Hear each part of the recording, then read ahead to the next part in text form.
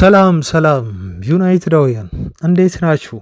እንኳን ደስ አላችሁ ክቡራን አድማጮቻችን። በመጨረሻም ሲጠበቅ የነበረው የብሩኖ ፈርናንዴዝ ውሳኔ ታወቀ። ክቡራን አድማጮች ብሩኖ ፈርናንዴዝ የአልሂላልን ጥያቄ ውድቅ አደረገ፣ ዝውውሩን አልተቀበለም ተብሏል። አሁን ልባችን አርፏል። ክቡራን አድማጮቻችን ብሩኖ ፈርናንዴዝ ይለቃል ባይለቅም የሚለው ዜና ይቀራል። ምንድን ነው ከውሳኔው ጀርባ ያለው ነገር የሚለው ምላሽ የምንሰጣችሁ ይሆናል። ሌላው አስደሳች ዜና ትላንት የተሰማ ነው። ምቤሞ ከሚፈልጉት ክለቦች አውሮፓ ሻምፒዮንስ ሊግ ተሳትፎ ካላቸው ይልቅ አርሰናልን ጭምር አልፈልግም ብሎ ማንቸስተር ዩናይትድን ለመቀላቀል ብቻ መርጦ ወስኗል። ዩናይትድን መርጧል። እጅግ የሚያስደስት ዜና ያለውን ዝርዝር ጉዳይ እና በምቤሞ መረጃ ላይ ማድረግ ያለባችሁን መስማት ያለባችሁን ጥንቃቄ የሆነ ነገር እንነግራችኋለን። ከዛ ውጪ አድማጮች የጠየቃችሁን ጥያቄን መሰረት በማድረግ የምንሰጣችሁ ምላሽ አለ። ለምሳሌ የኦስሜሄን ጉዳይ ከምን ደረሰ፣ በአጥቂ መስመር ላይ ሼሽኮ የሚፈርም ይመስልሃል ወይ የሚሉና ሌሎችም ተያያዥ ጉዳዮች፣ ቼርኪን በተመለከተ ኒኮላስ ጃክሰንን የተመለከተ ሰሞኑን ስሙ ከዩናይትድ ጋር የተያዘ ቼልሲ አጥቂ መስመር ተጫዋች ነው እና መነሳት ያለባቸውን የተመለከትናቸውን እና ማለፍ የከበዱንን ዜናዎች የእናንተን ጥያቄዎች መሰረት በማድረግ እንደ ዜናም እንደ መረጃም ወደ እናንተ መልሰን እንደተለመደው እናደርሳለን። ክቡራን አድማጮቻችን ከእናንተ የምንፈልገው የተለመደ ፍቅራችሁን ነው። ትላንት 900 አድረሳችኋል ላይኩን። ዛሬ ደግሞ 1000 ላይክ ታስገቡት ይሆናል። ምክንያቱም ማስገባት ስለምትችሉ እና ምርጥ ቤተሰቦቻችን ስለሆናችሁ ታደርጉታላችሁ፣ እናምንባችኋለን። እስከ መጨረሻው ግን ዜናውን አዳምጡ ክቡራን አድማጮቻችን። ዜና ኢቨን ስራ እየሰራችሁም ቢሆን የምትፈልጉት የሆነ የዜና ፓርት ሊሆን ይችላል። ቢትሶኬ እሱ መብታችሁ ነው። የምትመርጡትን ዜና መስማት ሁልጊዜም ቢሆን ትችላላችሁ። ያችን ዜና ብቻ ለመስማት ገብታችሁ በጣም አስቸጋሪ ሁኔታ ውስጥ ካልሆናችሁ ግን ዜናውን እስከ መጨረሻው ጨርሱልን፣ ለእኛ ይጠቅመናል። አድማጮቻችን አያችሁ ብዙ ለፍተን የምናመጣላችሁ ዜና ስለሆነ ቢያንስ የሆነ ስራ እየሰራችሁ እንኳን ዜናውን ክፍት አድርጋችሁ ተውት። የሚጠቅማችሁን ስሙ። ዜናው ግን ቢለቅ ታግዙን አላችሁ ላይክ በማድረግ ኮሜንት በማድረግ ከኛ ከጎናችን ሁኑ ለማለት ነው አድማጮቻችን። ለማንኛውም አብራችሁን ቆዩ። መልካም ቆዩ።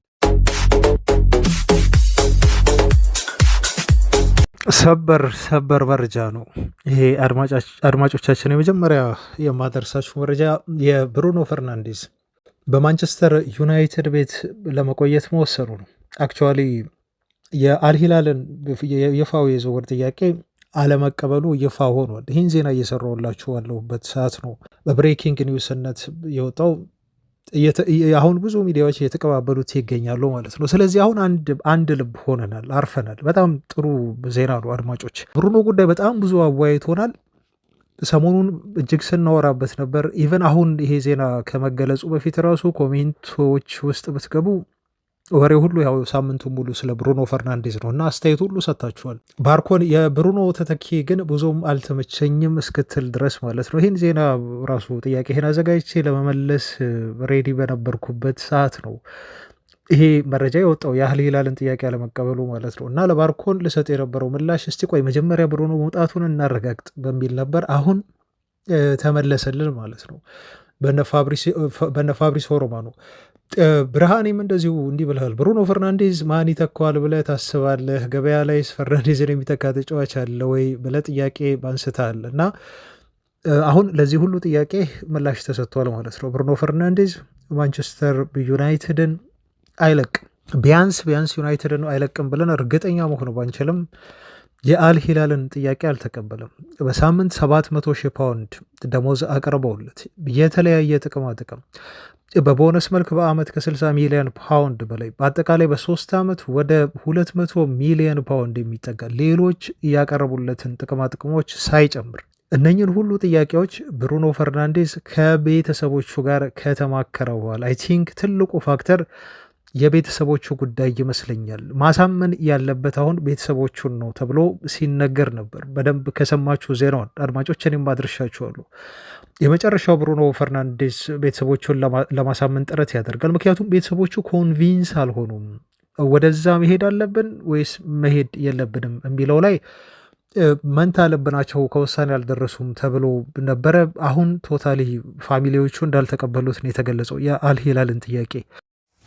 ስለዚህ ብሩኖ ፈርናንዴስ አሁንም በትልቅ ደረጃ መጫወት እፈልጋለሁ፣ በትልቅ ሌቭል መጫወቴን መቀጠል አለብኝ በሚል ከአልሂላል የቀረበለትን እጅግ ከበድ ያለ ጥያቄ እምቢ ሊለው የማይችለው እና በህይወት ዘመኑ ሰርቶ ከዚህ በኋላ እንኳን ሊያገኘው የማይችለውን ገንዘብ አልቀበልም ብሎ በዩናይትድ ቤት ለመቆየት ወስኗል ማለት ነው። ይሄ በጣም የሚያስደስት ዜና ነው አድማጮች። ለምንድን ነው የሚያስደስተን?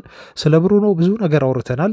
ኦፍኮርስ ተጫዋቹ እያወራ ነበር፣ ብዙ ነገሮች ውስጥ ለውስጥ ሲካሄዱ ነበር። ግን በመጨረሻ እሱ የሚያዋጣውን ያውቃል፣ የሚያዋጣውን ውሳኔ ወስኗል። ለእኛ ያዋጣናል የምንለው ለምንድን ነው አድማጮች? አንደኛ ስለዚህ ጉዳይ ከዚህ በኋላ አንንዘዘም።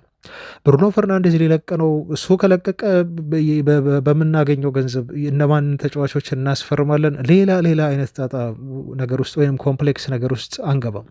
ክለቡ ይረጋጋል። አሰልጣኝ ሩበን አሞሪም የሚረጋጉ ይሆናል። ተጫዋቹ ይለቅብኛል አይለቅብኝም የሚል ሀሳብ አይኖራቸውም። ዩናይትዶችም ቢሆን በዚህ ተጫዋች ሽያጭ ላይ ከዚህ በኋላ ጊዜ አይፈጁም ማለት ነው። ሌሎች የሚያዘዋውሯቸው ተጫዋቾች ላይ ትኩረት እንዲያደርጉ ይሆናል።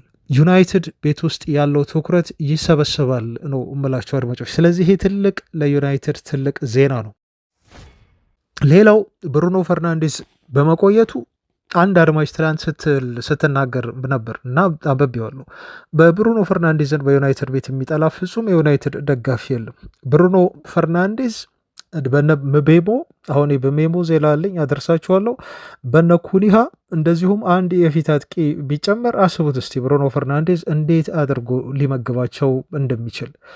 ሩበን አሞሪም አሁን የዚህን ተጫዋች ሚና ግዴታ ለመገደብ ተጫዋች ወደፊትም የማጥቃት ሚና እንዲሰጠውና በማጥቃቱ ላይ ብቻ እንዲያተኩር ዲፕሊ ወደኋላ እንዳይሳብ ልክ እንደ ሃይ ስኩል ቲም እንደ ጂሜ ካራገር እንዳሉት ተጫዋቹ ኤቭሪዌር የሚገኝ ተጫዋች እንዳይሆን ካለው ፍላጎት አንጻር ነው። ብሩኖ የትኛውን ቦታ መገኘት ይፈልጋል። መከላከልም ማጥቃቱም ላይ ሁሉም ቦታ ያለው ስለሚል ተጫዋቹ አንድ ዲፋይን የሆነ ኤሪያ ቦታ ተሰጥቶት በሩበን አሞሪም አንድ አማካይ ጥሩ የሆነ አማካይ አምጥቶ በተለይ ይሄ ዲፌንሲቭን ስራ የሚሰራ እንደ ኡጋርቴ አይነት ሳይሆን ግዴታ ማጥቃትም ካለበት ኳሱ ላይ በጣም አሪፍ የሆነ ስኪሉ ያለው ልክ እንደ ኤደርሰን አይነቱ ማለት ነው አድማጮች። አትላንታው እንደሱ አይነት አማካይ ብሩኖ አጋዥ ያስፈልገዋል። በዩናይትድ ቤት አጋዥ የሚያገኝ ከሆነ ሙሉ ትኩረቱን አሁን እሱም ማጥቃቱ ላይ ያደርጋል እና የማጥቃቱን ስራ ማቀጣጠል ይሆናል በዩናይትድ ቤት የሚሰራው ቀጣይ ሲዝን ብለን እናስባለን። አሞሪም ለዚህ መፍትሄ ሊሰጡት ይገባል። አለበለዛ ብሩኖን ኤቭሪዌር እንዲገኝና ሜዳ ሙሉ አካሎ እንዲጫወት ማድረግ ቀጣይ ሲዝንም ፎርሜሽኑን ራሱ ዲስተርብ ያደርጋል። ሁለተኛ ደግሞ ከብሩኖ ማግኘት ያለብንን ሞር አውጥተን ላናገኝ እንችላለን ከተጫዋቹ በደንብ ማለት ነው እና አሰልጣኙ አሁን በአንድ ልብ ተጫዋቹ እንደሚቆይ አረጋግጠዋል። ፕላስ ደግሞ ብሩኖ ፈርናንዴዝም አይ ቲንክ ዩናይትድ ቤት እየተደረገ ያለው የክለቡን የዝውውር እንቅስቃሴ ሳይመለከት አይቀርም። ምክንያቱም አሁን ዩናይትድ በዚህ የሚቀጥል ከሆነ ብሩኖ ከቆየለት ምቤሞ የሚመጣ ከሆነ ኩኒሃ ላይ ከእንደገና አንድ አጥቂ የሚፈርም ከሆነና ሌሎች መጠናከር ያለባቸውን ቦታዎች ደግሞ ቲሙ የሚያጠናክር ከሆነ ብሩኖ አያቸው ዩናይትድ ላይ ተስፋ መጣሉ አይቀርም እና ይሄ አምና ስናይበት የነበሩ ንጭንጮች በሙሉ ይጠፋሉ። በቃ ተጫዋቾች ኳስ ሲስቱ እነ ሆይለንድ ሲነጫነጭ የነበረበት መንገድ ሁሉ ይቀየራል ማለት ነው። ተጫዋቹ በደንብ ነው የሚያግዘው። በደንብ እነኚህ ልጆች አሲስት ያደርጋል፣ ይመግባል። ብሩኖ ፈርናንዴዝ በዩናይትድ ቤት መቆየቱ በአመት አትሊስት 30 ጎልና አሲስት ሁሉ ጋራንቲ ያደርግላቸዋል ብቻውን ነው አድማጮች። ሌሎቹን ተጫዋቾች አሁን የሚመጡትን ተዉ፣ ቤሞ እና እንትናን ትታችሁ ማለት ነው፣ እነ ኩኛን ትታችሁ። ስለዚህ እዚህ ተጫዋች በዩናይትድ ቤት ለመቆየት መወሰን እጅግ በጣም አስደሳች ፖዘቲቭ የሆነ ነገር ነው። ልባችን አሁን እርፍ ብሏል። ዩናይትድ ልክ ሩበን አሞሪም ከዚህ በፊት እንዳሉት በጋዜጣ መግለጫቸው ላይ ሌላ መንገድ ይኖረናል፣ ሌላ መንገድ እንፈጥራለን፣ የዝውውር ገንዘብ ለመበጀት እና የዝውውር ገንዘብ ለማግኘት መንገድ አናጣም ሲሉ ተናግሮ ነበር ሩበን አሞሪም። አሁን ያን ክለቡ የሚያሳይበት ጊዜ ነው ማለት ነው። ያለ ብሩኖ ፈርናንዴዝ ክለቡ ተጫዋች ማስፈረም እንደሚችል ማሳየት አለበት። ኦፍኮርስ ትላንትም አሁን በምቤሞ ዜና ላይ እንዲሁ አደርሳቸዋለሁ የምቤሞን መረጃዎች ብያቸዋለሁ አድማጮች። ዩናይትድ ብሩኖ ሄደም አልሄደ ምቤሞን ሊያስፈርም ኦልሬዲ ተንቀሳቅሰዋል። አያችሁ ምን ያህል ቁርጠኛ እንደሆኑ ስለ ኢኔሶች አወራቸዋለሁ። ስለዚህ በብሩኖ መሸጥ ወይም ወደፊት ብሩኖ ይሸጣል ብለው አይደለም እየተንቀሳቀሱ ተጫዋቾችን እያስፈረሙ ያሉት ማለት ነው። አይ ቲንክ የክለቡ እንቅስቃሴም እስካሁን እያደረጉ ያሉት ብሩኖን ሳይመቸው አይቀርም አድማጮች በዩናይትድ ቤት ለመቆየት እንደ ከዚህ በፊት አይደሉም። ዝውውር እንቅስቃሴ ላይ አሁን ጥሩ ነቃ ደንገጥ ብለዋል። ጥሩ እየተንቀሳቀሱ ነው የሚገኙት። ለማንኛውም ክቡራን አድማጮች ብሩኖ ፈርናንዴዝ ቆይቷል። ሁላችሁም የተሰማችሁን ሀሳብ አስተያየት በኮሜንት አስፍሩ። ወደ ኮሜንት አስተያየቶቻችሁ ጥያቄዎቻችሁን ልመለስ አድማጮች። አጠር እያረኩ ግርማይ ወልደ ኪዳን ሰላም መንጌ ዛሬ ደስ ብሎኛል። ዩናይትድ አንድ እርምጃ ወደፊት ተራምዷል ብልሃል። አይ ቲንክ የኩኛ ዝውውር ዩናይትድ ካጠናቀቀ በኋላ ነው ይህን ኮሜንት የሰጠው። የምቤሞን ዩናይትድ መምረጥ የሰማህ አይመስለኝም አድማጫችን። ስለዚህ እሱን ስትሰማ ደግሞ ይበልጥ እንደሚያስደስትህ እርግጠኛ መሆን እችላለሁ። በኋላ መረጃውን አድርሳለሁ።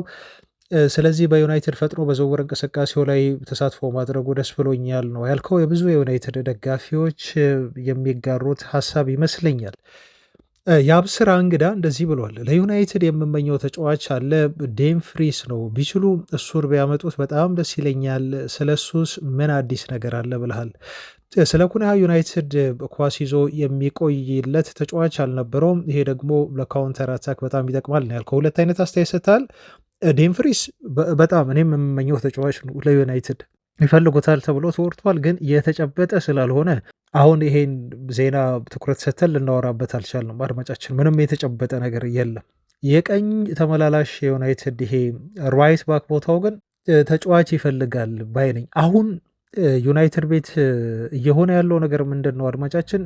አማድን ለመጠቀም ነው እዛ ራይት ባክ ቦታ ላይ ማለት ነው። አማድ ያ ኮሪደሩን ይዞ የቀኙን እየተመላለሰ እንዲጫወት በማጥቃትም በመከላከልም ረገድ እንዲያግዝ በሚል ነው ባክስሪ አይደል የሚጫወቱት አሞሪም። ስለዚህ እነኛ ክንፍ ላይ ያሉት ሁለቱ ኮሪደር ላይ ዶርጉና አማድ እንዲሆኑ ነው እየታሰበ ያለው። ስለዚህ ዩናይትድ በቀኝ ተመላላሽ ቦታ ላይ ተጫዋች የማስፈርም ወደ ማርኬቱ የሚሄድ እቅድ ፍላጎት ያለው አይመስለኝም። ይሄን ያልኩበት ሌላው ምክንያት ከአማድ እዛ ቦታ ላይ እንዲጫወት ክለቡ ከማሰቡ ውጭ ፍሪምፖንግ ወደ ሊቨርፑል ሄዷል እና ቢፈልጉ ኖሮ ፍሪምፖንግ ዝውውር ላይም ዩናይትዶች ጨዋታ ውስጥ መግባት መፎካከር ሊቨርፑልን ይችሉ ነበር፣ ግን ያን አላደረጉም። እስካሁንም ስለ ዩናይትድ የዝውውር ዜናዎች ሲወጡ በዛ ቦታ ላይ ተጫዋች ለማስፈረም ክለቡ እየተንቀሳቀሰ አለመሆኑን ነው የሚጠቁሙ። ስለዚህ የፍሪምፖንግን ጉዳይ ለጊዜው አሁን ባለው መረጃ መሰረት አድማጫችን እርሳው። እኔም ግን የምመኘው በጣም ምርጥ የሆነ የቀኝ ተመላላሽ ቦታ ተጫዋች ነው ፍሪምፖንግ። ስለ ኩንያ የሰጠው አስተያየት ደግሞ ለካውንተር አታክ በጣም ይጠቅማል ተጫዋቹ ኳስ ይዞ የሚቆይበት መንገድ እግሩ ላይ ብልሃል። ስለ ኩንያ በጣም ዩናይትድ እንዲያስፈርመው እስካሁን ስንመኝ የነበረው ኩንያ ለዚህ ነው። ኳስ እግሩ ላይ በደንብ አድርጎ ማቆየት ይችላል። ዩናይትድ በፖዚሽን የበላይ እንዲሆን ያደርጋል ተጫዋቹ ማለት ነው። እግሩ ላይ በጣም ነው ኳስ ይዞ ሆልድ አድርጎ ማቆየት የሚችለው ኩንያ።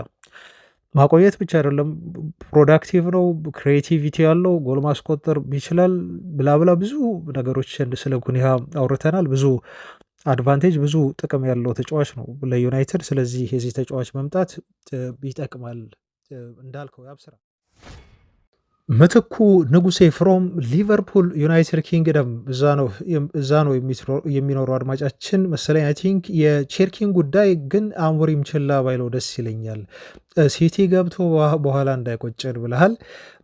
በተመሳሳይ ደግሞ ጥያቄ መሰል አስተያየት ዮናስ እንደዚህ ብልሃል። ቼርኪን ማስፈረም ምንድን ነው ቁማሩ ነው ያልከው። አይ ቲንክ ትላንት እሱን ማስፈረም ቁማር ይሆናል ብዬ ስለተናገርኩ መሰለኝ እንደዚያ ያልከው ዮናስ። እንደ ልጁ ችሎታ ዋጋው በጣም የወረደ ነው። በደርሶ መልስ እንዴት እንዳስቸገረን ሁላችንም አይተናል ብልሃል ዮናስ። የሁለታችሁንም እዚህ ጋር አያይዤ ስመልስ መጀመሪያ የቼርኪን ጉዳይ እርሱት። ትላንትም ነግሬያችኋለሁ አድማጮች፣ ቼርኪ በቃ ለእኛ የተፈጠረ ወደኛ ለመምጣት ያሰበ እየመጣ ያለ ተጫዋች አይደለም። ስለዚህ ወደኛ እየመጣ ያልሆነን ተጫዋች ማውራት ስለሱ ማንሳትም አግባብ አይደለም። አሁን ጊዜያችን ማጥፋት ነው የሚሆነው። ግን እንደ ሀሳብ ስለምናንሸራሽር ሁል ጊዜ መቼስ ግዴታ አንድ ተጫዋች ወደኛ ስለመጣ ብቻ ብለን ማውራት የለብንም። ግን የእኛንም ቲም የሚመለከት ነገር ስለሆነ የቸርኪን ጉዳይ ማንሳታችንና ምላሽ ሰጥተን ማለፋችን ደግሞ ግድ ነው።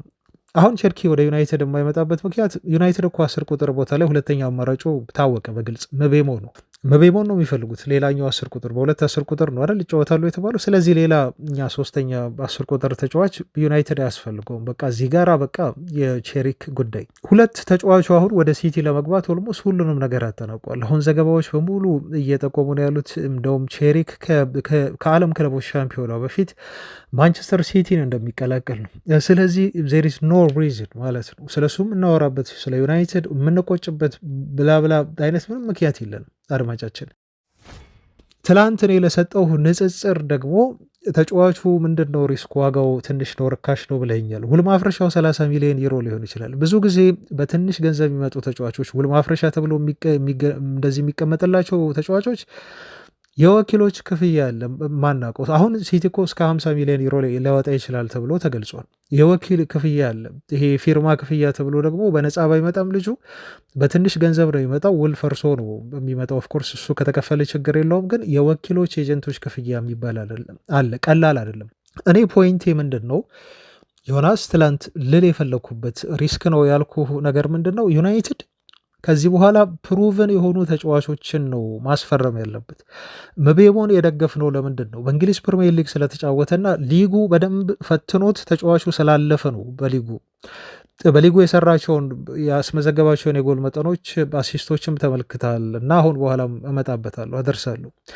ያንን ማረጋገጫ መቤሞ ለዩናይትድ 100 የሚሰጠንን እነኛን ጎሎችና ሊሳካለት ይችላል ሞር ብለን ከቼርኪ ይልቅ የምናወራበትን ምክንያት አሳይቶናል፣ ፕሩቭ አድርጎልን። ቼርኪ ግን ከዩናይትድ ጋር 100 ለዩናይትድ ፈርሞ በፕሪሚየር ሊጉ በዚያ ደረጃ በመቤሙ ደረጃ ይንቀሳቀሳሉ ወይ እና ውጤታማ ይሆናሉ ወይ ለሚለው እርግጠኛ ግን መሆን አንችልም። ንጽጽር ነው። መቤሙም እኮ አናቅም፣ መጥፎ ነገር አንመኝም። መቤሙ ወደ ዩናይትድ መቶ አይሳካለትም አይነት ነገር ውስጥ አንገባም። አድማጫችን ስናነጻጽር ግን ሞር ሪስክ የሚሆነው የመቤሙ ዝውውር ሳይሆን የቼርኪ ጉዳይ ነው። አሁን ተመሳሳይ ቦታ ነው ያላቸው። ዩናይትድ ሌላ ተጫዋች ሊያመጣ አይችልም ከመቤሙ ውጭ እዛ ቦታ ላይ ማለት ነው። ስለዚህ ሀሳቤን የገባህ የተረዳኸኝ ይመስላል አድማጫችን። ሪስክ ነው ያልኩበት ምክንያት 30 ወይም 50 ወይ 40 አምጥተህ ቼሪክን ወዲያው ላይሳካለት ይችላል። ጊዜ ሊፈልግ ይችላል ወይ ከና አካቴው ላይሳካለትም ይችላል። አየህ በፈረንሳይ ሊግ ዋን መጫወትና በእንግሊዝ ፕሪሚየር ሊግ መጫወት ቶታሊ ኮምፕሊት የሆነ ልዩነት ያለው ነገር ቶታሊ በቃ ልዩነት አለው። አንድ አይደለም። በጣም በየሳምንቱ ፊዚካል ዲማንድ የሚጠይቁ ጌሞችን ነው። አሁን እንግሊዝ ሲመጣ አሁን የሚመጣ ከሆነ ሲቲ እንደተባለው እንደተቃረበው ከፈረመ በየሳምንቱ ይሄ ልጅ ይቀጠቀጣል። በእንግሊዝ ተከላካዮች በየሳምንቱ ይሄ የፈረንሳይ ሊግ አይደለም። ከዛ ጋር የሚመጡ ደካሞች ያሉ አይምሮ በጣም ጠንካራ መሆን አለበት። ፊዚካሊ መቋቋም፣ ምቱም ሲኖር ከምቱን መቋቋም። ኦፍኮርስ ኳስ ይችላለች፣ ስኪል አለው፣ በጣም ጎበዝ ተጫዋች ነው። በጣም ነው ተከላካይ የሚረብሸው፣ አሳይቶናል ከኛ ጋር። ይሄን ግን በየሳምንቱ እንግሊዝ ፕሪሚየር ሊግ ላይ ግዙፍ ከሆኑ ተከላካዮች፣ ፈጣን ከሆኑ ተከላካዮች፣ ጉልበታማ ከሆኑ ተከላካዮች ጋር ይሄን መፈጸም ግን ለመቤሞ ቀጣዩ ትልቁ ፈተና ነው። ያ ነው አሁን እኔ ሪስክ ያልኩህና ከሱ ይልቅ መቤሞን የመረጥኩበት ምክንያት ማለት ነው። አይ ቲንክ ዮናስ በዚህ መልኩ ሀሳቤን የተረዳ ይመስላል። ሌላው ግን አድማጮች በጣም ያስገረመኝ ነገር እኔ ሲቲዎች እያወጡ ያለው ነገር ነው። ፌር እኮ አይደለም። አንዳንዴ እግር ኳስ በጣም እኮ ነው የሚገርማችሁ። እኛ ዩናይትድን ስኬታማ መሆን አልቻለም፣ ዩናይትድ አውሮፓ ሻምፒዮንስ ሊግ እንዲህ መግባት አልቻለም፣ ዩሮፓ ሊግ አልበላም ብለን በጣም ቲሙን እንወቅሳለን። እና ዝም ብዬ አንድ መረጃ አገኘሁ ትዊተር ላይ ሳይ በጣም ነው የገረመኝ። ታውቃላችሁ አድማጮች ማንቸስተር ሲቲ ትንሽ መደናበር ከጀመረ በኋላ ያለፈው ሲዝን ላይ ታስታውሳላችሁ የተጠናቀቀው ላይ ሲቲ የሆነ መንሸራተት ነገር አሳየ እና ሁኔታውን ሲያይ ጋርዲዮላ አላማረውም እና ልክ የጥር የዝውውር መስኮት ስትከፈት አሃቺ ነገር ብለው ተጫዋቾችን ማስፈረም ጀመሩ። ጥር ወር ላይ እኮ ማስፈረም የጀመሩት እና በጥር የዝውውር መስኮት ብቻ ወደ 200 ሚሊዮን ዩሮ አወጡ ሲቲዎች በጥር። አሁን ደግሞ ሊያስፈርሟቸው እየጠየቋቸው ያሉት ተጫዋቾች በጣም የሚያስገርሙ ናቸው። በጣም ብዙ ብር የሚያስወጧቸው። ለምሳሌ ማርሙሽን ጥር ላይ ነው 75 ሚሊዮን ዩሮ ያወጡት። ከእንደገና ኒኮ ጎንሳሌዝን 60 ሚሊዮን ዩሮ አወጡ። ኩልሳኖቭ የተባለውን ተጫዋች እንደዚሁ ኩሳኖቭ የተባለውን ተጫዋች 40 ሚሊዮን ዩሮ አወጡበት ተጫዋቹ። ቪክቶር ሬስ የተባለውን 40 ሚሊዮን ዩሮ አወጡ። እነኚህ ተጫዋቾች ከሶስቱ እንግዲህ ቢያንስ ሪዘርቭ የሆኑ ናቸው። ለሲቲ እንኳን ቤስት ሆኖ መጫወት ሁሉም የቻሉ ተጫዋቾች አይደሉም ማለት ነው። በዚህ ያህል ገንዘብ ያስፈርሟቸው። አሁን ደግሞ ሊያመጧቸው የተቃረቧቸውን ተመልከቱ። ራይንደርስ 80 ሚሊዮን ዩሮ ነው የተባለው። ቼርኪ እስከ 50 ሚሊዮን ዩሮ፣ ሊቨርሜንቶ እንደዚሁ 50 ሚሊዮን ዩሮ እና ኤይት ኑሪ የተባለውን ተጫዋች ደግሞ 50 ሚሊዮን ዩሮ ማለት ነው። አሁን እነኚህ ተቃርበዋል የተባሉ 4 ተጫዋቾች ሲፈርሙ በድምሩ ሲቲዎች ወደ 450 ሚሊዮን ዩሮ ለዝውውር አውጥተዋል። መቼ? ባለፉት 6 ወራት ከጥር ጀምሮ እስካሁን የክረምት የዝውውር መስኮት እንቅስቃሴያቸውን ተቃርበዋል የተባሉትን ጨምሮ 450 ሚሊዮን ዩሮ ለዝውውር ያወጡት ገንዘብ ነው። አሁን ሩበን አሞሪምና ፔፕ ጋርዲዮላ እኩል ሊገመገሙ ነው? እኩል ሊወቀሱ ነው? አድማጮች እስቲ የሆነ ኒውትራል ሆናችሁ እስቲ እዩት። እስቲ አሞሪም እንደዚህ አይነት ድጋፍ ተደርጎለት እስቲ ይወቀስ፣ ባጫወቱ በምኑም ይወቀስ።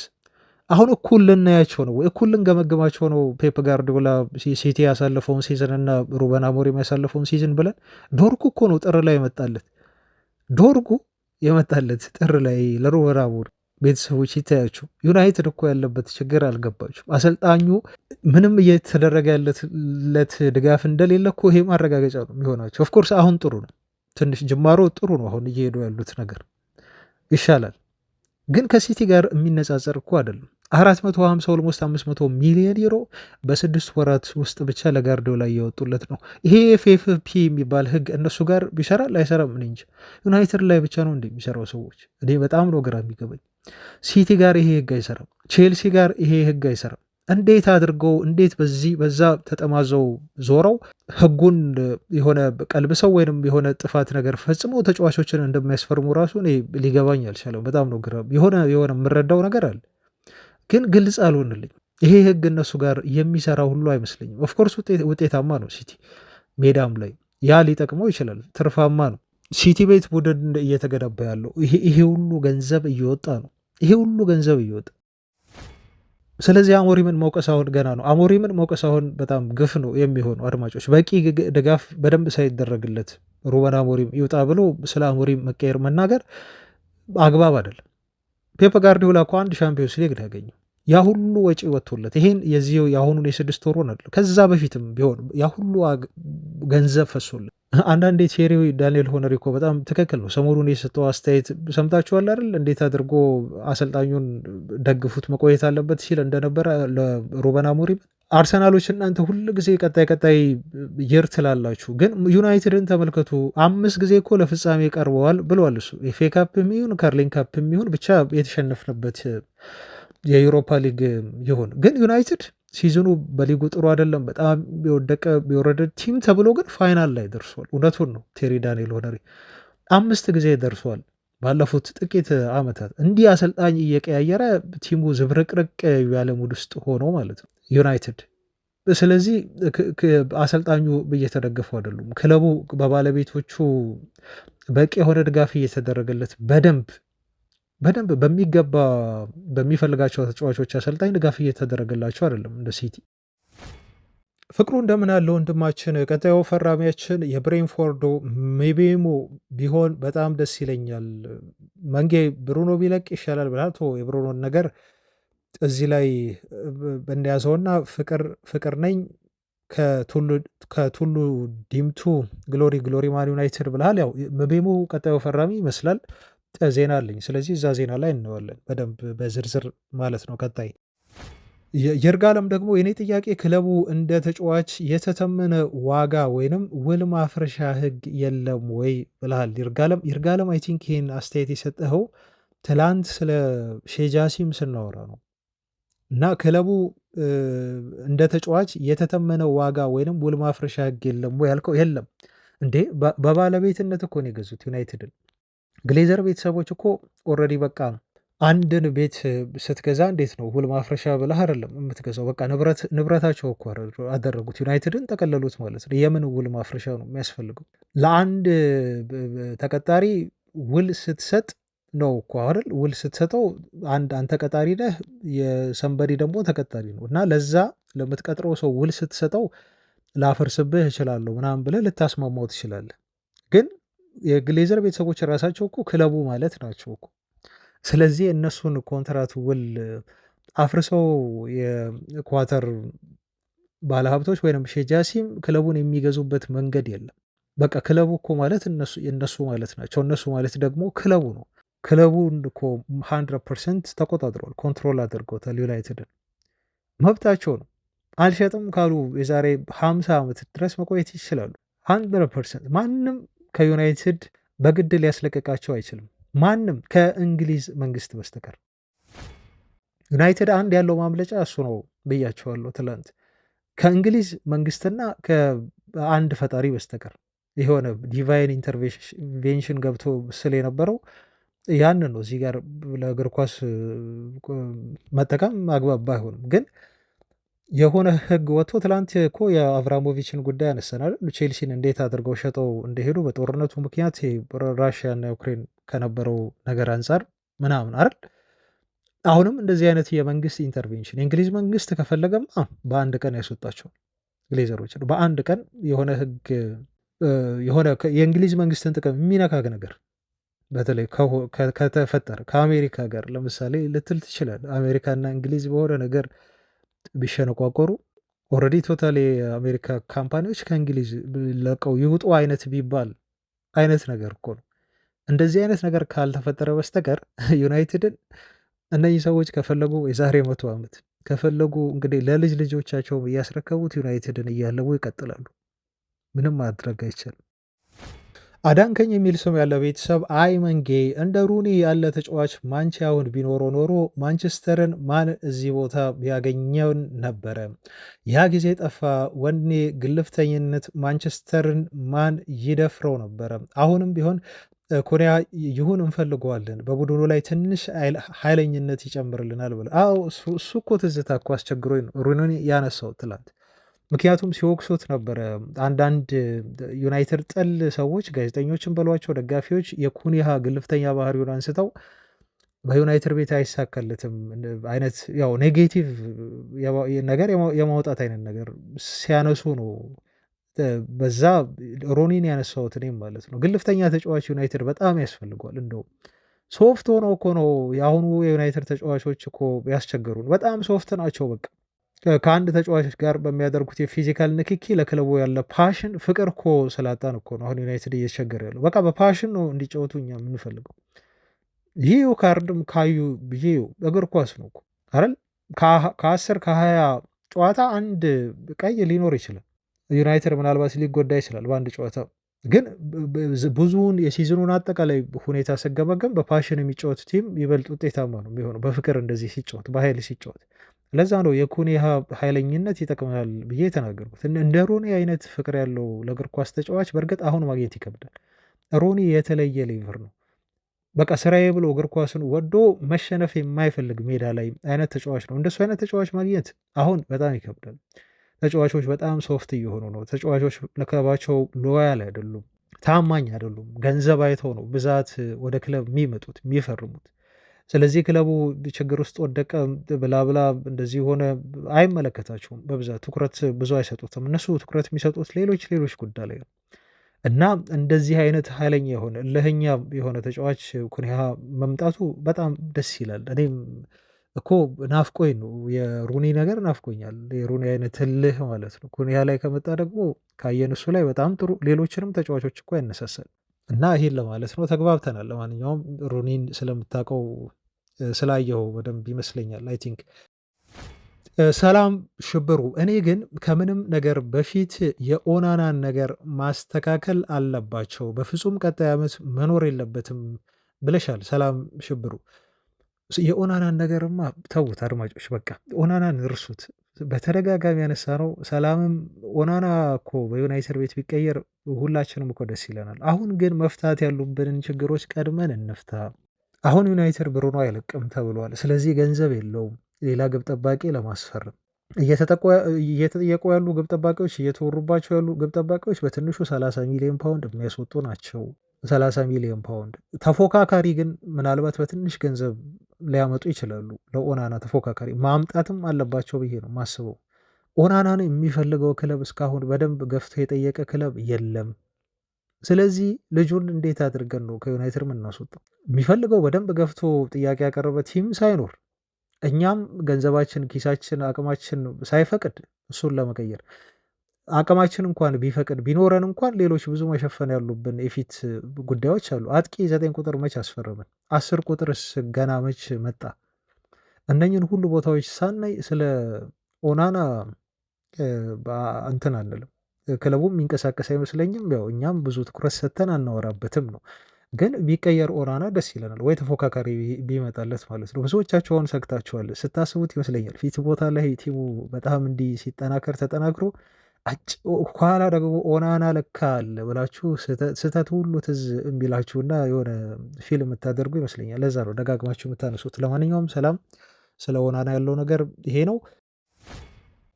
ሊኩ መንጌ፣ እኔ የሁል ጊዜ ጥያቄ አሰልጣኙ ከግትርነቱ ካልወጣ አሁንም ሌላ ጥያቄ ነው የሚፈጠርበት። አይ ቲንክ መሰለኝ ፕሪሚየር ሊጉ እኮ የተለያየ ፎርሜሽን ነው የሚጠቀመው። እሱም ያጫወት ዘይቤውን ቢቀየር ባይነኝ ብልሃል። ይሄ ነገር ሊኩ አሰልጣኙን ጠቅሞታልም ደግሞ ጎድቶታልም ብዬ ነው እኔ በግሌ የምወስደው። በሁለቱም ነው የማየው። አሰልጣኙ ገና ከብራጋ ጀምሮ ለፎርሜሽኑ ዋች ነው። ፍጹም እንግዲህ ታማኝ ከሚባሉ ለፎርሜሽናቸው ፍጹም በፎርሜሽናቸው የማይደራደሩ በአጨዋታቸው በፍልስፍናቸው ከማይደራደሩ አሰልጣኞች መካከል አንዱ ሩበን አሞሪም ነው። ይሄን ምን ታደርገዋለህ? በቃ አሰልጣኙ ፈለገ ይሄን ፎርሜሽን ይሄን አጨዋወት ፈለገ 3-4-3 የሚለውን እሱን በሁለት ዊንግ ባኮች መጫወት ማለት ነው እና በሁለት 10 ቁጥር ተጫዋቾች አሁን ማድረግ ያለብን አምና በሚፈልገው ተጫዋቾች ልክና እሱ በመረጣቸው ተጫዋቾች እየተጫወተ ስላልሆነ ዘንድሮ መደገፍ ነው። ምክንያቱም አምና ልንወቅሰው አንችልም የሱ ፎርሜሽን አልሰራም ምናምን ብለን የሆነ ቡድን የሚመስል ነገር ለመስራት እኮ ጥረት አድርጎ አይተናል። የሆነ ቡድን የሚመስል ነገር እሱም በማይፈልጋቸው ተጫዋቾች ነው። አየህ፣ በማይፈልጋቸው ተጫዋቾች ግን በሚፈልገው ፎርሜሽን ነው ለመስራት ጥረት ያደርገው። አሁን ደግሞ እንስጠው እሱ የሚፈልገውን ተጫዋቾች እናቅርብለት። 5ም ሆኑ 4ም ሆኑ 6ም ሆኑ እናቅርብለትና አቅማችን እንደፈቀደ ከዛ በኋላ አሞሪም ምን እንደሚያሳየን እንዲህ ኦፍኮርስ የዩናይትድ ለውጥ የቲሙ ችግር እና የአሰልጣኙ ፎርሜሽን በ5 ተጫዋች ወይ በ4 ተጫዋች ይቀየራል ብዬ ባላስብም አድማጫችን ምናልባት 8 ተጫዋች ሊሆን ይችላል የሚያስፈልገው ዩናይትድ። አሰልጣኙ አሁን እንዳልከው የሆነ ፍሌክስብል ቢሆን እኔ ደስ ይለኝ ነበር። ፍሌክስብል በቃ እንደ ቲሞቹ አቀራረብና አንዳንድ ጊዜ ግዴታ የሆነ የግዴታ 3 ሴንተር ባክ እዛ ጋር ማቆም ከሌለበት በቃ አታቆም። 3 ሴንተር ባክ ለምን በ2 ሴንተር ባክ አትጫወትም? ሌላ ቦታ ላይ አንድ ተጫዋች ቁጥር ጨምር፣ ወይ አማካይ ሊሆን ይችላል ወይ ክንፍ ቦታ ላይ ሊሆን ይችላል። ግን ይሄ አሰልጣኙ ሀሳብ ነው በቃ። ስለዚህ ምንም ማድረግ አይቻልም። ሩበን አሞሪም ይሄን ሀሳቡን የሚተው አይነት አሰልጣኝ አይመስልም። አድማጮች እናንተን ጥያቄና ምላሽ መስጠቴን አሁን ልቀጥልና የመጨረሻ ላድርገው። ያው በእግሬ መንገዴንም መረጃ ስለማደርሳችሁ ነው። እዚህ ጋር የምነግራችሁ መረጃ አለ። ጥያቄውን ተመሳሳይ ጥያቄ ነው የጠየቃችሁ። ለምሳሌ ፋጡማ እንደዚህ ብለሻል። አይ ቲንክ መንጌ የኦስሜን ነገር እንዴት ነው ብለሻል። ገብረስላሴ እንዲሁ እኔ አጥቂ የሚፈርምበት ቀን ነው የናፈቀኝ ብለሃል። ከእንደገና ወንድዬ ምክረም ደግሞ ከጊዮኬሬስ እና ከኦስሜን ዝውውር ጋር በተያያዘ ምን ተጨባጭ መረጃ አለ? እናመሰግናለን ብልሃል።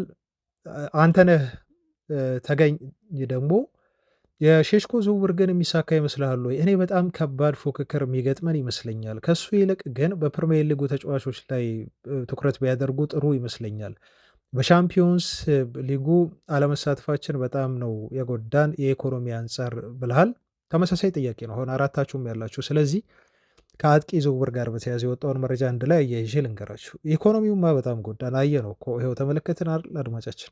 ዩናይትድ አውሮፓ ሻምፒዮንስ ሊግ ቢሳተፍ እኮ ይሄኔ አንድ ተጨማሪ 2 ተጫዋቾችን በደንብ በጊዜ ቢያጠናቅ ነበር ከኮዲሃ ውጭ ማለት ነው። ያን ገንዘብ ማጣታችን ነው አሁን ችግር እየፈጠረብን የሚገኘው። አጥቂ እንዳናስፈርም እስካሁን ያደረገን እኮ ያ ነው አድማጫችን። ለምንድን ነው 10 ቁጥር ቦታ ላይ ትኩረት እያደረገ የሚገኘው? እዛ ፊት መስመር ላይ ገበያው ላይ የወጡ አጥቂዎች ዋጋቸው በጣም የሚቀመስ ስላልሆነ ግዴታ በ10 ቁጥር ተጫዋቾች ደግሞ ያችን ጫና መቀነስ ይቻላል በደንብ ዩሲ። አሁን እኮ ሆይለንድም ቢመጣ ቢቆይ በዩናይትድ ቤት ኦፍኮርስ ቢቆያል እያልኳቸው አይደለም፣ ግን ጫናውን ይቀንሱለታል እነኚህ ተጫዋቾች። አያቸው አሁን በዩናይትድ ሊፈርሙ የተቃረቡ ተጫዋቾች እነ ምቤሞ ኩኒያ ወይም ደግሞ ዩናይትድ ፊት መስመር ላይ በጣም የተጋነነ ስም ያለው ስትራይከር አጥቂ ግዴታ አሁን ማምጣት አይጠበቅበትም። በነገራችሁ ላይ መቤሞን የሚያስፈርሙ ከሆነ ግዴታ ዩናይትድ እዛ ፊት መስመር ላይ ኦስሜሄን ያምጣ ወይም ደግሞ ጊዮኬሬዘን ማምጣት አለበት። በቃ ግድ መስት ነው ብላችሁ ግዴታ ውስጥ የምትገቡበት ሁኔታ ላይ አይደለም የምንገባው። ካለን አቅም አንጻር ነው ብላችሁ እንጂማ መቤሞ ከእንደገና ኩኒሃ ከእንደገና ከነሱ ከሁለቱ ፊት ደግሞ ኦስሜን ወይም ጊዮኬሬዝ ቢሆኑ አስባችሁታል? በጣም ድሪም ቲም ነው። በቃ ይሄ ፕሌይስቴሽን ቲም በሉት ዩናይትድ ቢሆነው ግን እንደ አቅማችን አንጻር ነው አሁን ማየት ያለብን። ገባችሁ አድማጮች? አጥቂ እኮ ዩናይትድ ያመጣል፣ ማምጣታቸው አይቀርም። አቬሬጅ አጥቂም ቢሆን እነ ማቴታንም ሊሆን ይችላል፣ አላቅም። ጄሚ ቫርዲንም ሊሆን ይችላል፣ አላቅም። ሚትሮቪችም እኮ እየተባለ ነው፣ ትላንት እየሰማችሁ ነው አይደል? እሱን አላቅም። ግን ዩናይትድ አያችሁ ጫናውን ይቀንሳል ነው ዋናው ፖይንት። ከተለያየ አቅጣጫ ጎሎች ይቆጠራሉ። ኩኒሃ ካላገባ ቤሞ ሊያገባ ይችላል፣ ከዛ ብሩኖም ሊያገባ ይችላል። ጫናው ሼር ይሆናል ማለት ነው። አማድም አለ ይጋሩታል ተጫዋቾቹ። ስለዚህ አጥቂው ላይ ብቻ የሚደረገው ትኩረትና ጫና እየቀነሰ ይሄዳል። ጫናውን መቀነሱ ደግሞ ለዩናይትድ በጣም ጥሩ ይሆናል ማለት ነው። ስለዚህ ሁለት አጥቂ ባህሪ ያላቸው ተጫዋቾች ማምጣት ለዩናይትድ 10 ቁጥር ቦታ ላይ በጣም በጣም ጠቃሚ ነው። ግን ይሄ ሆነ ማለት ግን ዩናይትድ አሁን ስትራይከር ለማስፈረም ወደ ገበያ አይወጣም ማለት አይደለም። እንደውም የዘ አትሌቲክን መረጃ ሳይ ነበር አድማጮች፣ ይህን ዜና ከመስራቴ በፊት ዩናይትድ 44 ያህል ጎል ነው በዚህ ሲዝን ያስቆጠረው፣ 44 ጎል። ይሄ ማለት ሻምፒዮን ከሆነው ሊቨርፑል በግማሽ ያነሰ ጎል ነው ያስቆጠረው። ይሄን ታምናላችሁ አድማጮች? ወደ 86 ያህል ጎል ሊቨርፑል አስቆጥሯል። 86 ከዩናይትድ እጥፍ ማለት ነው ያስቆጠረው ሊቨርፑል። ዩናይትድ እኮ ክሬት ያደርጋሉ፣ ቻንሶችን እኮ በደንብ አድርገው ይፈጥራሉ። ግን ይሄን የጎል ማግባት እድል ወደ ጎልነት ሊቀይሩት አልቻሉም። ባለፉት 3 ዓመታት ዩናይትድ 57 ጎል 58 ጎል እና 57 ጎል ነው ያስቆጠረው በፕሪሚየር ሊጉ ማለት ነው፣ ያለፉት 3 ሲዝኖች የዚህ ያለፈውን ሲዝን ሳይጨምር። እና ዩናይትድ የአጥቂ መስመር ችግሩ የዘንድሮ ሲዝን ብቻ አይደለም፣ ይሄ በተዋረድ የመጣ ነው። ከዛሬ 3-4 ዓመት በፊት ቲሙ የነበረበት ችግር ነው። ትንሽ ጎል ነው እያስቆጠረ ያለው ቲሙ፣ አምና ባስ እንጂ ማለት ነው።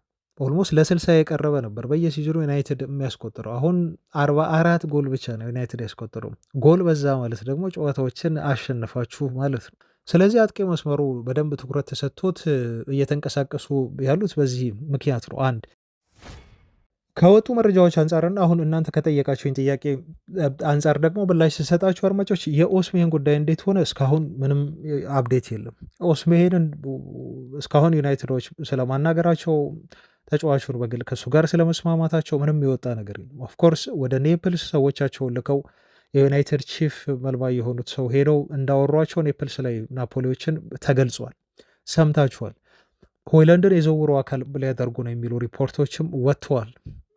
ከኦስሜሄን ዝውውር ጋር በተያዘ 40 ሚሊዮን ፓውንድ ጨምረው ማለት ነው። እስካሁን ግን ይሄ ነገር ተብላልቶ ለመረጃ ለጆሮ የሚደርስ ነገር እስካሁን ድረስ አልወጣም። ይሄን እንድታውቁ ነው አድማጮች። ስለዚህ በኦስሜሄን ጉዳይ ምንም አፕዴት አዲስ ነገር የለም። ይልቅ በሆይላንድ ጉዳይ አሁን መውጣቱ ይበልጥ እየተጠናከረ መጥቷል። ሆይላንድ ይሄ ጥሩ ዜና ነው። ምክንያቱም ሆይላንድ ከለቀቀ ዩናይትድ ፊት መስመር ላይ ደግሞ ጥሩ አጥቂ ይጨምርልናል ብለን ተስፋ እናደርጋለን። ጨራሽ የሆነ ጥሩ አጥቂ ኢንተር ሚላን እንደሚፈልገው እነ ፋብሪሶ ሮማኖ ሁሉ ሳይቀር ትላንት በስፋት የዘገቡት ነገር ነው። አሁን ተጫዋቹም ከዩናይትድ ለመልቀቅ ወስኗል ነው የተባለው።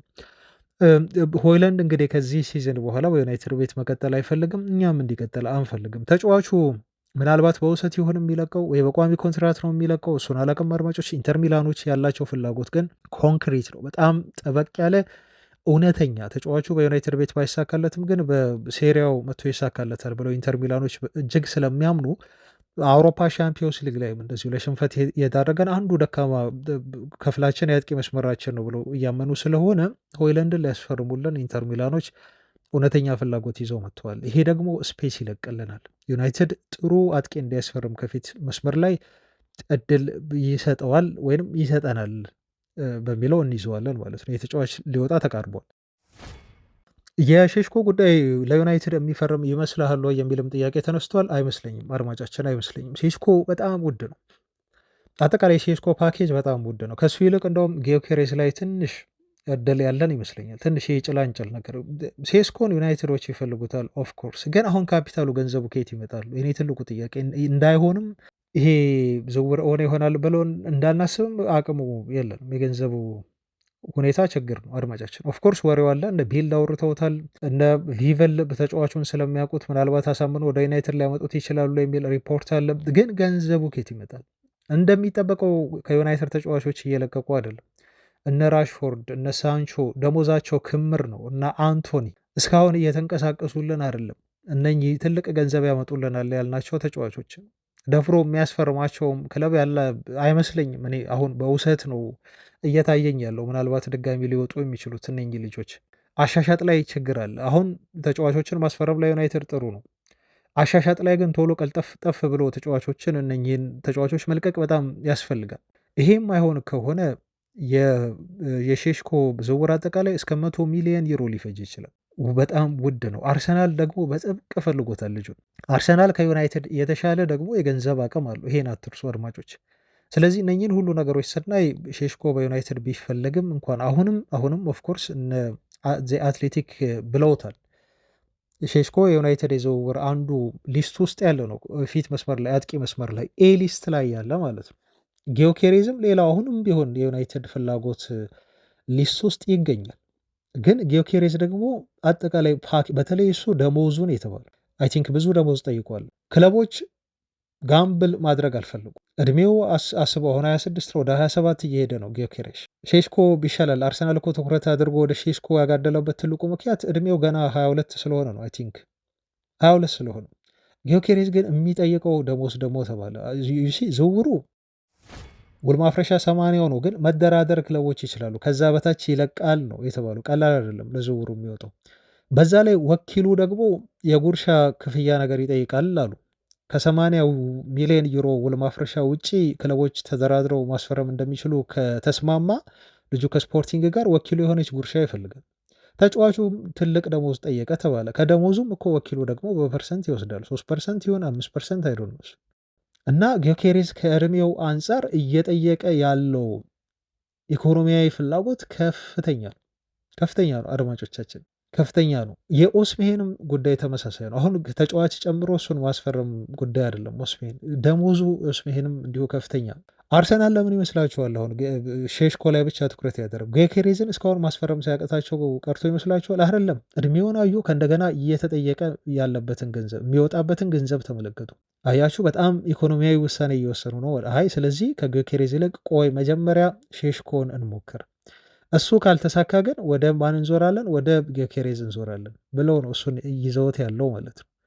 ትላንት አንድ መረጃ ይቼ ነበር። ከጊዮኬሬዝ ጋር ቀደም ብሎ የተጫወተ አንድ ሰው ነው የሆነ ብቻ ፖድካስት ላይ ቀርቦ ሲጠየቅ ስለ ተጫዋቹ ፌስ ታይም ላይ አውርቶት ነበር ጊዮኬሬዝን እና ስለዚህ ተጫዋች ያለህ መረጃ ብለው ምናምን ሲጠይቁት ለማወጣጣት ፌስ ታይም ላይ እንደዚሁ አውርቼዋለሁ፣ ወደ አርሰናል ስትሄድ እባክህን አሳውቀን አይነት ነገር ብሎ ሲለው ጊዮኬሬዝ የመለሰለት መልስ እኔ ምንም አላውቅም እስካሁን ድረስ ነው ያለው። የአርሰናልም የቀረበልኝ አይነት ጥያቄ የለም፣ እርግጠኛ አይደለሁም አይነት ነገር ጊዮኬሬዝ ያለው።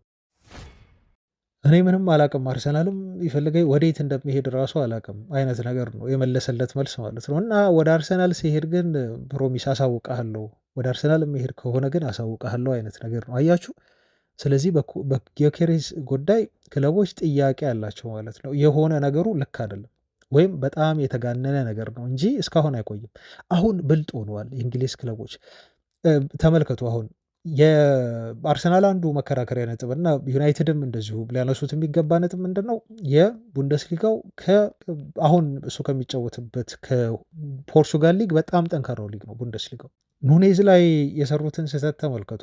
ሊቨርፑሎች ያ ሁሉ ገንዘብ አውጥተውበት ኑኔዝ የት ነው ያለው? አንድ የፒኤስጂም ተጫዋች አለ እዛው ከቤኔፊካ መሰለኝ የሄደው አሁን ስሙ ከዩናይትድ ጋር የተያዘ ተጫዋች ነው። ራሞስ የተባለው አጥቂ ቤኔፊካ ብዛ ምርጥ ሆነ በጣም ቶፕ ሆኖ ሄዶ ግን ፒኤስጂ ቤት ተጫዋቹ ጎል ብዙ ሊያስቆጥርላቸው አልቻለም። ዩናይትዶች እንደውም እንዲያስፈርሙለት አቅርበውታል ተጫዋቹ ላይ የሚል ዜና ትላንት ወጥቶ ሰማን። አያችሁ ክለቦች በጣም የተጋነነ ገንዘብ ከፖርቹጋል ሊግ ለሚወጡ ተጫዋቾች ማውጣት አይፈልጉም። በዛ ላይ እድሜውን ስታየው በዛ ላይ ትልቅ ደሞዝ የሚጠየቅ ከሆነ እቺ ነገር እንደው የማጣት የግዴታ ካልሆነ በስተቀር ክለቦች አሁን እየተጠነቀቁ ነው ያሉት። ሊቨርፑል የሰራውን ስህተት አይተዋል። ስለዚህ አርሰናልም ዩናይትድም ቆንጠጥ ትንሽ ሰብሰብ ይላሉ፣ ብዙ ነገር ያጤናሉ ማለት ነው እንጂ ይሄኔ ጊዮኬሬዝ አንዱ ክለብ መግባት መፈረም የነበረበት ልጅ ነው። ለማንኛውም ዩናይትድ አሁንም ይፈልገዋል እንዳለ ነው አሁን ያልኳችሁ። ግን ምንም ይሄ ተቃርቧል የተጨበጠ ነው የምንለበት ደረጃ ላይ አይደለንም ለማለት ነው። አንድ አድማጫችን ደግሞ የኒኮላስ ጃክሰንን ዜና ሰሞኑን አይ ቲንክ አይታችኋል እናንተም በደንብ ዳግም አያሌው ነው እንደዚህ ብለህ የጠየቀው ካለው የ9 ቁጥር ተጫዋቾች እጥረት አንጻር የቼልሲውን ጃክሰን ብናመጣ ይሻላል። በጣም የሚለፋ የሚሮጥ ስለሆነ ለ3-4-3 አጫወት አይሆንም ብለህ ታስባለህ ብላል። እንዴ ቢያንስ ከሆይለንድ ይሻላል። ጃክሰንማ በጣም ጥሩ አጥቂ እኮ ነው። ጃክሰን በጣም ጥሩ አጥቂ ነው። ጎል ያገባል፣ ይለፋል። በጣም የሚጠር ልጅ ነው። በቼልሲ ቤት ደስተኛ አይደለም ተብሏል። ከዩናይትድ ጋር ተወርቷል ስሙ አይቼዋለሁ። አድማጫችን ይህን ዜና ግን የተጨበጠ ስላልሆነ ነው ዝም ብለን ባልተጨበጠ ነገር ላይ ትኩረት ማድረግ የለብንም በሚል ያለፍኩት እንጂ ኒኮላስ ጃክሰንን ዜና ወደ ዩናይትድ አይቼዋለሁ። አዲስ ኮንትራት ፈርሞ ተጫዋቹ በቼልሲ ቤት የሚያቆየውን ወደውት ተስማምተው ውሉን አራዝመዋል። ግን ችግሩ አሁን ልጁ ደስ አላለውም ተባለ። ምክንያቱም ሊያም ዴላፕን አመጡበት። ከእንደገና ደግሞ ኢኪቲኬን ለማስፈረም በጣም ጠንከር ብለው ገፍተው እየሄዱ ነው ቼልሲዎች እና እነኚህ ሁለት ተጫዋቾች ከመጡ ምናልባት ቤንች ላይ ይቀመጣሉ የሚል ስጋት አለው ጃክሰን። በዛ ምክንያት ነው ተጫዋቹ ወደ ዩናይትድ ስለመሄድ ቼልሲን የሚለቅ ከሆነ ወደ ዩናይትድ ስለመሄድ እያሰበ ነው ብለው ዜና እያወጡበት የሚገኘው ማለት ነው። ስለዚህ ዩናይትድ አሁን ያልኳችሁን ይሄ ውድ የተባሉ አጥቂዎች አማራጭ የሚያጣ ከሆነ የማስፈረም እድል የማያገኝ ከሆነ ጃክሰንን ቢያይ ከነኚህ ተጫዋቾች አሁን ከገለጽኩላችሁ እኮ ጋር ተደማምሮ ፊት መስመር ላይ በደንብ ሊረዱት ይችላሉ። እሱም ዩናይትድን ሊረዳ ይችላል። ጥሩ ተጫዋች ነው። ከሆይለንድ ይሻላል 100%።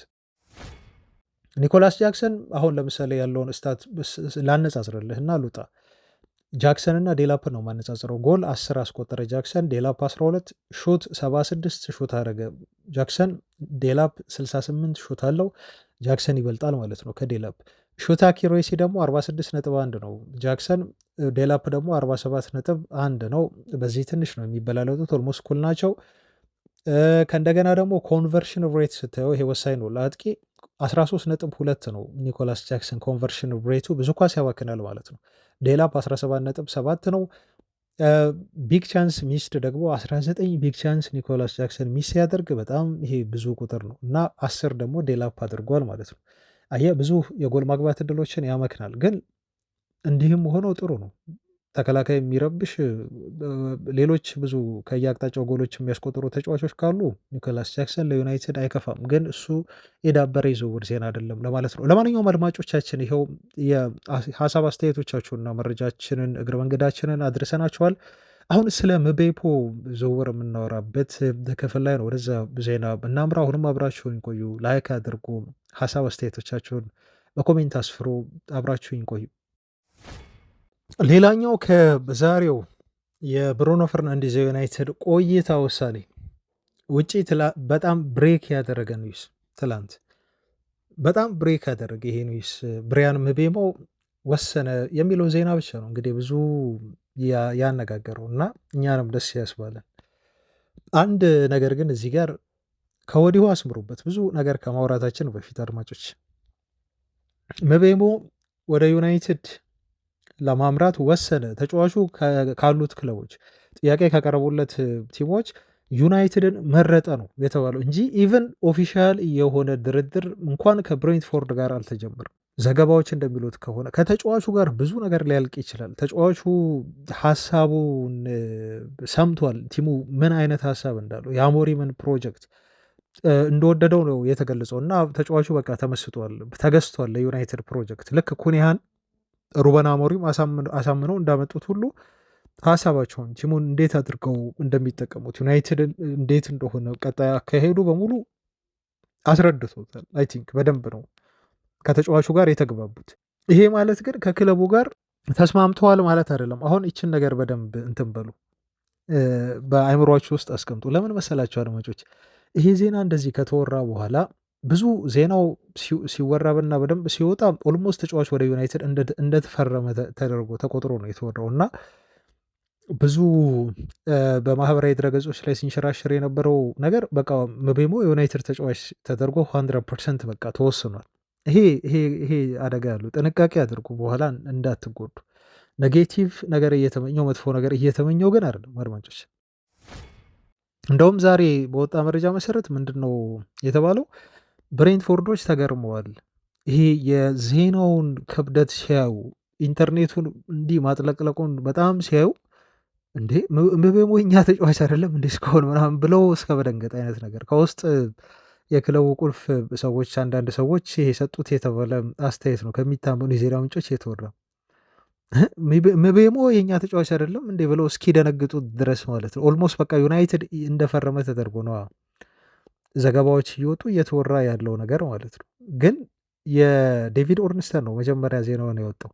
ምንድን ነው ያለው እሱ? ተጫዋቹ በቃ ከቀረቡለት አማራጮች ዩናይትድን መረጠ። ዛት ዚት 4 ነጥብ። ግን ክለቦቹና ሁለቱ ክለቦች በተጫዋቹ ዝውውር ዙሪያ ግን አሁን ፎርማል የሆነ ንግግር ማድረግ ይጀምራሉ። ፎርማል የሆነ ንግግር ገና ናቸው። ይሄ የሚሰጠኝ ነገር ምንድን ነው ለእኔ መሰላችሁ? ከተጫዋቹ ጋር ምንም ችግር የለም። በቃ ጨርሱ፣ አለቀ። ተጫዋቹ 100% እመኑ። ልጁ ከዩናይትድ ጋር ያለውን ነገር አጠናቋል።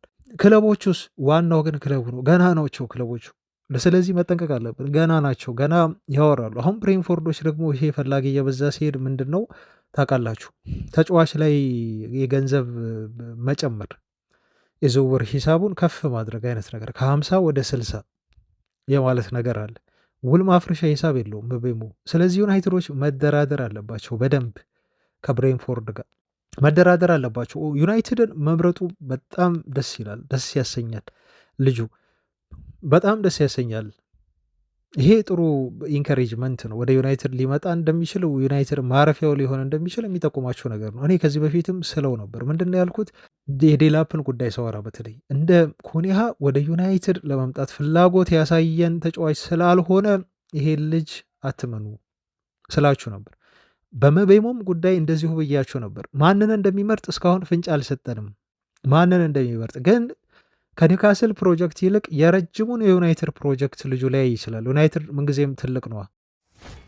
በዚህ ምክንያት ከኒውካስል ይልቅ ዩናይትድን ሊመርጥ ይችላል ብለዋል ቤን ጃኮብስ ብዬ ነገራችሁ ነበር። አሁን ትላንት ግን ሙሉ ፍንጭ ሙሉ መረጃ አገኘን። አሁን ልቡ ያለው ዩናይትድ ነው። ይሄ የሚያስገርም ነው አድማጮች። አርሰናል በፕሪሚየር ሊጉ ሁለተኛ ሆኖ ያጠናቀቀ ቲም ነው። ኒውካስል በፕሪሚየር ሊጉ 5ኛ ሆኖ ያጠናቀቀ ቲም ነው። ቶተንሃም የፈለገው በአውሮፓ መድረክ የሚሳተፍ ነው። የአውሮፓ ሊግ በልቶ ሻምፒዮንስ ሊግ ተሳታፊ የሆነ ቲም ነው። ኖቲንግሃም ፎረስትም ፈልጎት ነበር። ልጁ እነኝን ሁሉ ቲሞች ነው እንግዲህ እግር ብሉ ብሎ ዩናይትድ ለመጫወት ምንም 15ኛ ሆኖ ለጨረሰ አውሮፓ ሻምፒዮንስ ሊግ የትኛውን መድረክ ላይ አውሮፓ ላይ የማይሳተፍ ቡድንን የመረጠው። ትልቅ ክለብ ስትሆን ምንጊዜም ትልቅ ነህ። ዩናይትድ ትልቅ ቡድን ነው። ምቤሞ እኛን መርጦ ለእኛ ስለወሰነና ለእኛ ስላደለ ቅድሚያ ስለሰጠን ምቤሞን እናመሰግነዋለን። የዩናይትድን ትልቅነት ነው ያሳየን ያረጋግጠል። እሱ ይሄ ዜና ከወጣ በኋላ የተሰሙትን እስቲ አስተያየቶች ተመልከቱ ዝም ብላችሁ። እኔ ከዩናይትድ ደጋፊዎች አይደለም አስተያየት ስፈልግ የነበሩ ከሌሎች ቲሞች ለምሳሌ ላይክ እንደ አርሰናል ሳይ ነበር እና አርሰናሎች እንዴ ቆይ ለምንድን ነው ይሄ ተጫዋች እነኚህ ተጫዋቾች አሁንም ወደ ዩናይትድ የሚሄዱት ግን ለምንድን ነው ሲል አንድ የአርሰናል ፋን የሆነ የትዊተር አካውንት ጠየቀ። ለምንድን ነው አሁንም ወደ ዩናይትድ የሚመርጡትና ወደ ዩናይትድ የሚሄዱት አልገባኝም አይነት ነገር ነው። አያችሁ፣ እሱ የዩናይትድን ትልቅነት ዩናይትድ ከክለብ በላይ እንደሆነ ግዙፍ እንደሆነ እሱ አልተረዳም። ደጋፊው አርሰናል ስለሚፈልገው ሻምፒዮንስ ሊግ አለው። አርሰናልማ ምርጥ ቲም ነው፣ እግር ኳሳቸው ያምራል። ስለዚህ ተጫዋቹ እንደ ራሱ ነው ያየው። አያችሁ፣ እኛ ለራሱ የሚሰጠው ግምት ትልቅ ስለሆነ የትኛውም ተጫዋች ዩናይትድና አርሰናል ብታቀርቡለት ለሱ አርሰናል የሚመርጥ ነው የሚመስለው። ግን ታሪክ ደግሞ ከምንም በላይ ወሳኝ እንደሆነ ነው የሚያሳየን የሚያስተምረን። ልጁ አልተረዳም ይሄን። ዩናይትድ በቃ ታሪክ ያለው ቲም ነው፣ ከየትኛውም ቲም ጋር አይወዳደርም። በደጋፊ ብዛት በየትኛውም ሰው ተጫዋች ልብ ውስጥ ያለ ቲም ነው ዩናይትድ። ያለ አውሮፓ ሻምፒዮንስ ሊግ ኢቨን ቢወርድ ዩናይትድ እመኑኝ አድማጮች፣ ኢቨን ከእንግሊዝ ፕሪሚየር ሊግ ቢወርድ ማንቸስተር ዩናይትድ ለዩናይትድ ጠይቋቸው ለዩናይትድ ፈርመው የሚጫወቱ ተጫዋቾች ይኖራሉ፣ ይመጣሉ። በጣም ትልልቅ ስም ያላቸው ተጫዋቾች እመኑኝ፣ እርግጠኛ ሆኜ ነው የምነግራችሁ። ቢወርድ ዩናይትድ ከፕሪሚየር ሊጉ ችግር የለም ወርደን ዩናይትድን እንጫወታለን ብለው የሚመጡ ተጫዋቾች አሁንም 100% ነው የሚኖሩት። ይሄ መታደል ነው። የትኛውም ቲም ላይ እንደዚህ አይነት ነገር አታገኙም። የትኛውም ቡድን ላይ አንድ ተጫዋች በዚህ ልክ ለዩናይትድ ፍቅር አሳይቶ ይመጣል ብላችሁ ልታስቡ አትችሉም። በዩናይትድ ግን ያ ሆነ እና ብዙ ደጋፊዎችን በተለይ አርሰናልን አንጫጫቸውና ስለ ምቤሞ መጥፎ ነገር ለማውራት እንደዚሁ ዳዱ ማለት ነው። በቃ ወደ አርሰናል ቢመጣ ቡካዮ ሳካ ነው እሱ ቦታ ላይ የሚገኘው። ስለዚህ ሳካ እንደማያስቀምጠው ያውቃል ምቤሙ። ለዛ ነው አርሰናልን ያልመረጠውና ወደ ዩናይትድ ቤስት ስለሚሆን ወደዛ ለመሄድ የወሰነው አይነት አስተያየቶች መሰጠት ተጀምሩ ማለት ነው። ምክንያቱም አያገኙትም ልጁን፣ አሁን ውሳኔውን አውቀዋል። ስለዚህ የምቤሞ ዝውውር እንደተወራው እንደተባለው ያድርግልንና ይጠናቀቅ። አሁን ፎርማሊ ንግግር ይጀምሩ ዩናይትዶች ተጫዋቹን ለማስፈረም በፍጥነት ይጨርሱ። ያኔ እርግጠኛ ሆነን በደንብ ብዙ ነገሮችን ስለሱ እናወራለን። 38 ጨዋታ አድርጎ 20 ጎሎችን አስቆጥሮ 7 አሲስት ማድረግ የቻለ ልጅ ነው ተጫዋቹ። የሚፈልገው ደሞዝ ደግሞ በጣም የሚያስገርማቸው አድማጮች አሁን በብሬንፎርድ ቤት 45,000 ፓውንድ ነው የሚያገኘው እና ኒውካስሎች ሲጠይቁት 4 እጥፍ ክፈሉኝ ብሎ ነው ለኒውካስል ምላሽ የሰጣቸው። 4 እጥፍ፣ ይሄ ማለት ወደ 180,000 ፓውንድ ማለት ነው። አያችሁ ልጁ አሁን ወደ ዩናይትድ ቢመጣም የሚስማማው ከዚህ በላይ በሆነ ደሞዝ አይደለም። ይሄ ደሞዝ ማለት እኮ ኮቢ ሜይኖ ክፈሉኝ ለኮቢ ሜይኖ ለመስጠት እኮ ያሰብነው ደሞዝ እኮ ነው፣ የተጋነነ አይደለም ማለት ነው። አያችሁ። ስለዚህ ለደሞዝ ብሎ ነው ወደ ዩናይትድ የሚመጣው፣ ገንዘብ ፈልጎ ነው ለሚሉ ይሄ ጥሩ ምላሽ ነው። ምቤሞ እኮ ብሬንትፎርድ ስለሆነ እንጂ እኮ ማንም የትኛውም ቲም እኮ 200,000 ከፍሎ ሊያጫወተው እኮ ይችላል። 200,000 ሊከፍለው ይችላል። ኩኒያ እኮ 120 ነበር የሚያገኘው አይደል በወልቭስ ቤት። ዩናይትድ አሁን ስንት ነው ያደረገለት? 200 ያደረገለት። በቃ አሁን ጥሩ ነው። ይሄ ደሞዝ አከፋፈላቸው የተጋነነ ይሄ አይደለም። ይሄ 300,000 350 አሁን ከዚህ በኋላ የትኛውም ተጫዋች አይጠይቅም ዩናይትድ ቤት። ጥሩ የሆነ ሌቭል አያችሁ፣ ተመሳሳይ ነዋል። አሁን ለዚህም ልጅ የሚመጣ ከሆነ ወደ 180 ወይ 200፣ ለኩኒያ 200 ይገደባል። እኩል ሌቭል ታደርጋል የክለቡን ወሳኝ ተጫዋቾች ደሞዝ። ከዛ እኔ እበልጣለሁ እከሌ ብዙ ነው እከሌ እንዲህ ነው ደሞዙ እንዲህ የሚባል ነገር የለም ማለት ነው። በቃ ጥሩ የሆነ የቲም ስፕሪት ይኖራል፣ የቲም መንፈስ ይኖራል። በዩናይትድ የደሞዝ ፓኬጅ ውስጥ ያለ ልጅ ነው ለማለት ነው አድማጮች። ምቤሞ ዩናይትድ የሚቀላቀል ከሆነ ፕራይም የሆነ ኤጁ ላይ ነው፣ 25 ነው። ፕሪሚየር ሊግ ፕሩቨን ነው ተጫዋቹ፣ 27 ጎልና አሲስት አሉ እና ይሄ ተጫዋች በጣም ጠንካራ ሰራተኛ ነው በሊጉ። ስታስቲኩን ስታዩ ያስደነግጣቸዋል። ለዛ ነው እኮ የብሬንትፎርዱ አሰልጣኝ በቅርበት ስለሚያውቁት ከኛም በላይ ልምምድ ላይ እንግዲህ ያዩታል አይደል። ይሄ ማለት በጣም ሃርድ ወርኪንግ ተጫዋች ነው ሲሉ ያደነቁት። ለሱ ዝውውር የሚቀርብ ከሆነ ትልቅ ገንዘብ ማግኘት አለብን ብለው ሲዝቱ ነበር። በደንብ ያውቁታል። ታክቲካሊ ደግሞ ለዩናይትድ በጣም ፊት ነው።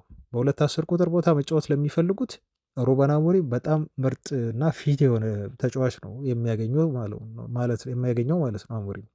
ይህን መረጃ አሁን ስጠቀልል አድማጮች በአጠቃላይ ኢኔዮሶች መመስገን አለባቸው። አሁን ኩኒያን አሳዩን አስፈርመው ምቤሞን ደግሞ አሁን የሆነ የተጨበጠ ነገር እየሰሩ ነው። አያችሁ ገና ዝውውር መስኮቱ ከተከፈተ ስንቀኑ ነው? ዛሬ 3ኛ ቀን። በዚህ 3 ቀን ውስጥ አሁን 2 ተጫዋች ለመፈረም ኦልሞስት በቃ እንደ መጨረስ አይነት ነገር ጥሩ እየሄዱ ነው። ምቤሞ አላለቀም፣ አሁንም አስምሩበት። ቅድም ነግሬያቸዋለሁ፣ ግን አጀማመራቸው በጣም ጥሩ ነው። ኢኔሶች ሊመሰገኑ ይገባል በዚህ ጅማሯቸው ለማለት ነው። ከዚህ በፊት ልክ እንደመጡ ዩናይትድ ቤት ውስጥ ችግር የነበረው ነገር የተከላካይ መስመሩ ነበር። ተጫዋቾች አስፈረሙ፣ ዮሮ ፈረመ፣ ሄቨን ፈረመ፣ ዶርጎ ፈረመ። ትንሽ የተከላካዩን መስመር ምን አደረጉት? የሆነ ባላንሰድ አደረጉት። አሁን ትኩረታቸው ደግሞ ወዴት ሆነ? ወደ አጥቂዎቹ ሆነ ማለት ነው። አጥቂዎቹን ደግሞ አሁን እያመጡ ይገኛሉ። ከዛ ቀስ እያሉ ወደ መሀል፣ ከዛ ወደ ግብ ጠባቂ እያሉ ይሄዳሉ። በጣም ጥሩ ጅማሮ እየሰሩ ነው ያሉት እና ብዙ የዩናይትድ ደጋፊዎችን ያስደሰተ መረጃ ነው። የዩናይትድ ደጋፊዎች ደግሞ ጥሩ ደስ ከሚለኝ ባህሪያቸው በጣም ተጽዕኖ ይፈጥራሉ። አንድ ተጫዋች ወደ ዩናይትድ ሊፈርም ነው ተብሎ ሲወራ ኢንስታግራም፣ አሁን ትላንት የምቤሞ ኢንስታግራም የመጨረሻ ፖስቱ ላይ ሄደው ወደ ማንቸስተር ዩናይትድ ና የሚል ነገር ብቻ ነው ያዝለቀለቁት። ኮሜንቱን ከኤጀንት በላይ ናቸው የዩናይትድ ደጋፊዎች። እዩና ኢንስታግራም ግቡና እዩ። የዩናይትድ ደጋፊዎች ብቻ ኮሜንት ትላንት ይሄ ዜና ከተሰማ በኋላ ሳይሰማም ዜና ወደ ዩናይትድ ሊመጣ ነው የሚባል ወሬ ካለ ሄደው ቀጥታ ደጋፊዎቹ በጣም ነው የሚገርመው። የኔ ቤስት ደጋፊ ናቸው እውነት። የማንም ክለብ ደጋፊ እንደዚህ አያደርግም። አንድ የኒውካስል ደጋፊ አይቻለሁ አንድ ዝም ብዬ ወርጄ ቼክ ሳደርግ ነበርኩ አንድ የዩናይትድ ደጋፊ፣ ሌሎቹ ግን የኒውካስል ሌሎቹ ግን እንዳለ የዩናይትድ ወደ ዩናይትድ ምናምን ብላ ይህን ያህል ኤጀንት ሆኑ ማለት አይደል? ከዚህ በላይ ምን ኤጀንትነት አለ? አሁን ለዩናይትድ ሲፈርም ደግሞ የትዊተር አካውንቱን ታያላችሁ። በአንድ ከ200 ሺህ ወደ ሚሊየንም 500 ሺህ 800 ሺህ ሁሉ ይገባል። አሁን ከቀናት በኋላ ከፈረመ። ለማንኛውም ግን ይሄ ጥሩ ኤክሳይትመንት ነው፣ ጥሩ ጅማሬ ነው። አዲስ ነገር ካለ እንዲህ እየተከታተልን እናደርሳችኋለን። በምቤቡ ጉዳይ አድማጮቻችን ደስ ብሎናል እንደዚህ በመንቀሳቀሳቸው ለማለት ነው። አድማጮች ለማንኛውም የዛሬ መረጃዎቻችን እዚህ ላይ ይብቁ። ነገ በአዳዲስ ጉዳዮች ተመልሰን መተን አዲስ ነገር ይዘን እናገኛችኋለን። እናንተም ጥያቄ፣ ሀሳብ፣ አስተያየታችሁን እንደተለመደው በኮሜንት ላይ አስፍሩ። ቻው